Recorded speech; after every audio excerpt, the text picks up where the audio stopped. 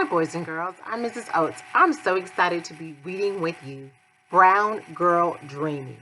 The author of this book is Jacqueline Woodson. We're going to begin with part 1, titled I Am Born. February 12, 1963.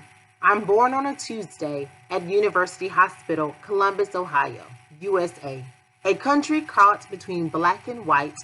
I am born not long from the time or far from the place where my great-great-grandparents worked the deep, rich land, unfree, dawn to dusk, unpaid, drank cool water from scooped-out gourds, looked up and followed the sky's mirrored constellations to freedom.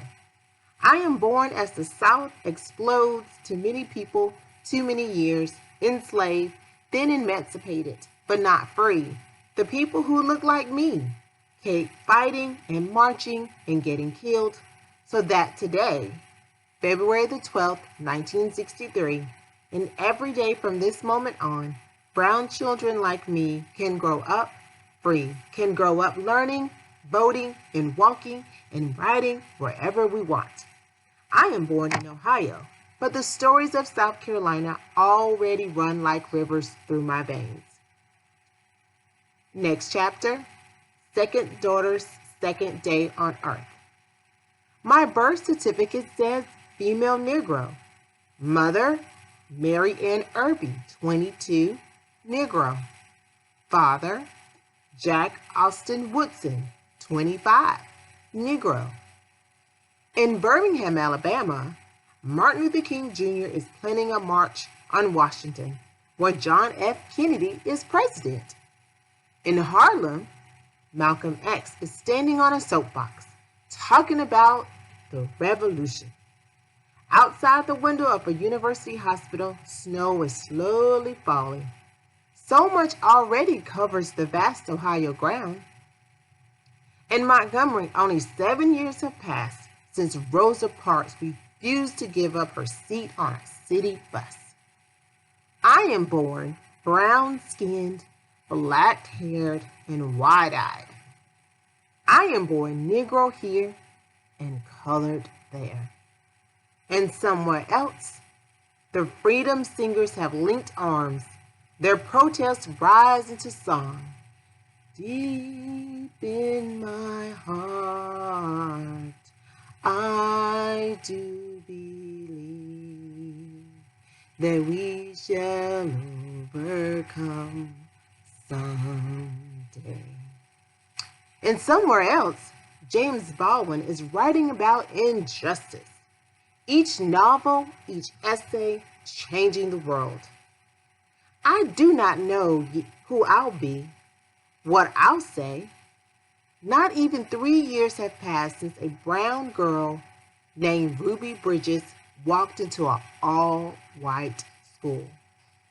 Armed guards surrounded her while hundreds of white people spat and called her names. She was 6 years old. I do not know if I'll be strong like Ruby. I do not know what the world will look like when I'm finally able to walk, speak, write. Another Buckeye, the nurse says to my mother. Already I'm being named for this place, Ohio, the Buckeye State. My fingers curled into a fist automatically. This is the way my mother said of every baby's hand. I do not know if these hands will become Malcolm's, raised in fist, or Martin's open and asked, or James curled around a pen. I do not know if these hands will be Rosa's or Ruby's. Gently gloved, fiercely folded, calmly in a lap, on a desk, around a book, ready to change the world. Next chapter. A girl named Jack. Good enough name for me, my father said the day I was born. Don't see why she can't have it too. But the woman said, no. My mother first, then each aunt, pulled my pink blanket back, patting the crop of the thick curls tugging at my new toes, touching my cheeks.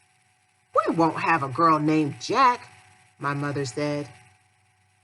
And my father's sisters whispered, "A boy named Jack" was bad enough, but only so my mother could hear. "Name a girl Jack," my father said. "She can't help but grow up strong. Raise her right," my father said, "and she'll make her name her own." "Name a girl Jack, and people will look at her twice," my father said. For no good reason but to ask if her parents were crazy, my mother said.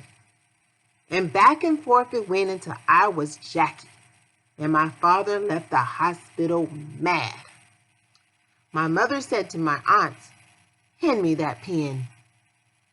Wrote Jacqueline, where it was asked for a name, Jacqueline, just in case someone thought to drop the IE. Jacqueline, just in case I grew up and wanted something a little bit longer. I'm further away from Jack.